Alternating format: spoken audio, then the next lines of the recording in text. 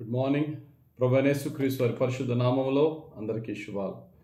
ఈరోజు మనందరి ఆత్మీయ ఆహారంగా సామెతల గ్రంథము 6వ అధ్యాయము 6, 7, 8 వచనాలు ధ్యానించుకుందాం.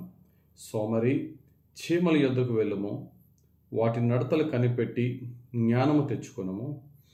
వాటికి న్యాయాధిపతి లేకున్నను, పై విచారణకర్త లేకున్నను, అధిపతి లేకున్నను, అవి వేసవి కాలమందు ఆహారము సిద్ధపరచుకొనును, కోతకాలమందు ధాన్యము కూర్చుకొనును. మహాజ్ఞానైన సొలొమోను బహు చిన్న జీవులైనటువంటి చీమలను చూపించి, వీటిని చూసి కొన్ని పాఠాలు నేర్చుకో అని బద్ధకస్తులు, సోమరులు సోమరులు ఉన్న వారికి చెప్తున్న మాటలు. వాస్తవానికి సోమరులకి మాత్రమే కాదు, ప్రతి మనిషి కూడా నేర్చుకోవాల్సిన 3 ముఖ్యమైన పాఠాలు ఈరోజు ఈ చీమల నుంచి నేర్చుకుందాం. ఈ చీమలు ఉన్న 3 ముఖ్యమైన పాఠాలు ఏంటంటే, నెంబర్ 1 హార్డ్ వర్కింగ్, కష్టపడి పని చేయుట. సోమరి, చీమల యొద్దకు వెళ్ళుము, వాటి నడతలు కనిపెట్టి జ్ఞానము తెచ్చుకొనుము. వాటి నడతలు కనిపెట్టి, చీమలు నడుస్తున్న విధానం, చీమ నడకలో గొప్పతనం ఏముంటుంది? చీమ నడక వాకింగ్ స్టైల్ కాదు. నేనైతే ఎప్పుడు పడుకున్న చీమను చూడలే. చీమ అలసిపోయి కొద్దిసేపు రెస్ట్ తీసుకోవడమో లేదా పడుకోవడమో, చీమలన్నీ పడుకోవడమో చూడలే. చీమలు ఎప్పుడు కూడా నిరంతర కష్టజీవులే.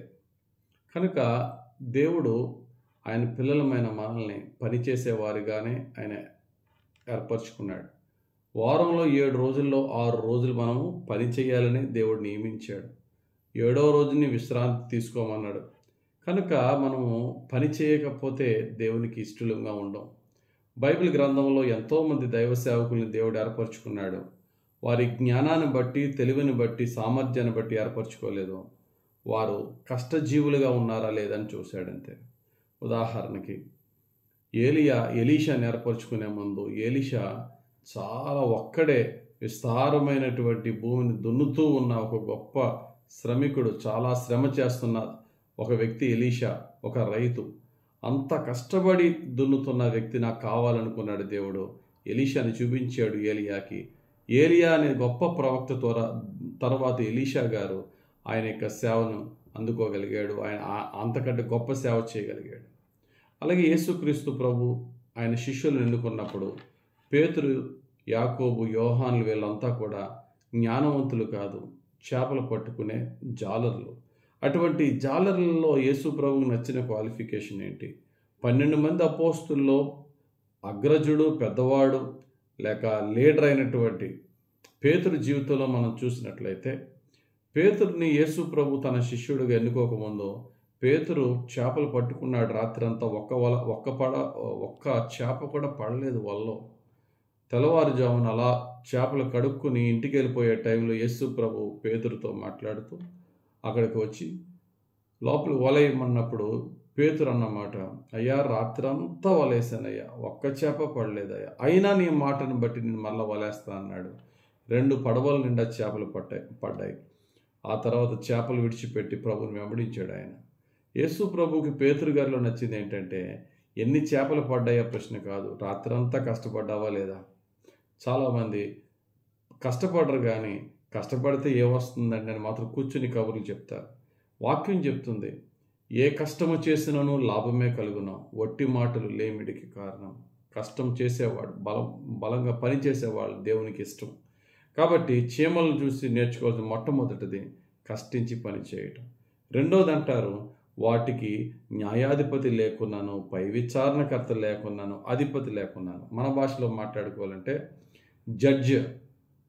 న్యాయాధిపతి అంటే జడ్జి గారు, నీకు తీర్పు తీర్చేవారు లేకపోయినా, పై విచారణకర్త సీసీ కెమెరాలు ఏమీ లేకపోయినా, ఎవడన్నా చూస్తున్నాడా లేదనేది లేకపోయినా, చూసినా చూడకపోయినా, అధిపతి లేకపోయినా, లీడర్ నీ మీద బాస్ లేకపోయినా, మనము కష్టించి పనిచేసే చీమల వలె మనం ఉండాలి. అంటే దీన్ని బట్టి రెండోది ఏంటంటే సెల్ఫ్ అకౌంటబిలిటీ.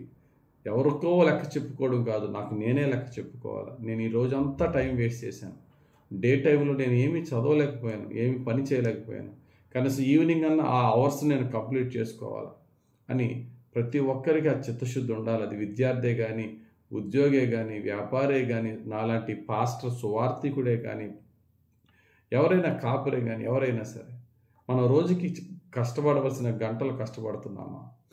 ఎవరో అడుగుతున్నారు, ఎవరు అడుగుతారు కాదు, నాకు నేనే జవాబు చెప్పుకునే స్థితిలో ఉండాలి. Self accountability. And last and final మూడోది మనం చూసినట్లయితే ఫోర్సైట్. అవి వచ్చే వర్షాకాలంలో మనం బయటికి వెళ్తే వర్షపు నీరు కొట్టుకుపోతాం, మనకు ఆహారం దొరకదు. ఈ ఎండాకాలంలోనే చక్కటి గూళ్ళు కట్టుకోవడం మాత్రమే కాదట, వాటికి దొరికిన ఆహార నిల్వలన్నీ ఒక చిన్న బియ్యం గింజ దొరికితే మొయ్యలేక తీసుకెళ్తే చీమలు దాచుకుంటే వచ్చే వింటర్కి లేక రైనీ సీజన్లో నాకు బయటికి వెళ్ళడానికి అవకాశం లేనప్పుడు వాటిని తినే బ్రతకాలి కదా అనే చక్కటి ముందు చూపు ఉంటుంది. అంత చిన్న జీవులైన చీమలకి అంత చక్కటి ముందు చూపు ఉంటుంది, మనకు అసలు ఉండదు. అసలు ముందు చూపే లేకుండా మనం ఉంటాం. మనం చదువుకునే వాళ్ళు అవ్వచ్చు, పరిచర్య చేసే వాళ్ళు అవ్వచ్చు, ప్రతి ఒక్కరికి కూడా ఫోర్సైట్ ఉండాలి, ముందు చూపు ఉండాలి. యేసు ప్రభు జీవితం చూడండి, 30 సంవత్సరాల వరకు ఆయన ఏ పరిచర్య చేయలే, ఏ సువార్త పరిచర్య చేయలే. కానీ 30 సంవత్సరాల తర్వాత చేసే పరిచర్యకు 12 సంవత్సరాల నుంచే ఆయన బైబిల్ ధర్మశాస్త్ర గ్రంథాలు అందుబాటులో లేకపోయినా, ఎక్కడైతే అందుబాటులో దొరుకుతాయో దేవుని మందిరాల్లో ఆ యొక్క లేవీల దగ్గర, ఆ యొక్క యాజకుల దగ్గర వాటిని తీసుకుని వాటిని చదువుకుంటూ వాళ్ళని ప్రశ్నలు అడుగుతూ సిద్ధపడ్డాడు. 30 సంవత్సరాల తర్వాత నేను చేయవలసిన పరిచర్యకి నేను ముందుగా సిద్ధపడాలని. మన జీవితంలో కూడా మనకి ఫ్యూచర్లో ఎలా సెటిల్ అవుతామో మనకు తెలియదు. ఆ యొక్క ఫ్యూచర్ సెటిల్మెంట్ కావాల్సిన ఒక గోల్, ఒక టార్గెట్ పెట్టుకొని ఈరోజు మనం కష్టపడుతున్నామా లేదా? ఏదైనా సరే, ఒక ఉద్యోగి అవ్వచ్చు, వ్యాపారి అవ్వచ్చు, పాస్టర్ అవ్వచ్చు, రేపటి దినమునకు మనం ఈ రోజుని ఒక విజన్తో, ఒక దర్శనంతో, ఒక ముందు చూపుతో మనం ముందుకు వెళ్ళాలి. ఈ 3 ఎవరిలో ఉన్నాయి? చీమల్లో ఉన్నాయి. మనలో ఆ 3 ఉన్నాయా? ఆ 3 ఏంటండి? మొట్టమొదటిగా కష్టపడే జీవితం, రెండవదిగా మనకు మనమే లెక్క చెప్పుకునే జీవితం, సెల్ఫ్ అకౌంటబిలిటీ, మూడవదిగా ముందు చూపుతో ముందుకు వెళ్దాం.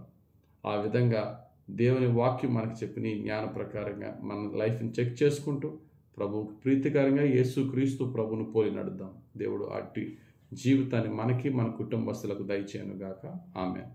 పరిశుద్ధుడా, ప్రేమ కలిగిన తండ్రి, ధ్యానించిన వాక్య ప్రకారంగా కష్టించి పనిచేసేవారుగాను, ఎవరు చూస్తున్నారా, ఎవరు అడుగుతున్నారా అనేది ప్రశ్న కాకుండా నా మనసాక్షికి నేనే జవాబు చెప్పుకోవాలనే సెల్ఫ్ అకౌంటబిలిటీతోనూ, అయ్యా చక్కటి ముందు చూపుతోనూ మేము ముందుకు సాగుతూ, అయ్యా నీకు ప్రీతికరంగా, మాకు దీవెనకరంగా, మమ్మల్ని చూచువారికి సాక్షార్థంగా, మా కుటుంబస్తులకు మేలుకరంగా మేము జీవించే భాగ్యం మాకు దయచేయమని యేసుక్రీస్తు వారి పరిశుద్ధ నామంలో ప్రార్థించి వేడుకొనుచున్నాం తండ్రి. ఆమెన్. తండ్రి, కుమార, పరిశుద్ధాత్మ దేవుని దీవెనలు మనలను, మన కుటుంబాలని నడిపించుటకై మనపై దిగి వచ్చి ఆయన ఆత్మతో మనల్ని నడిపించును గాక. Amen. God bless you. Have very blessed day.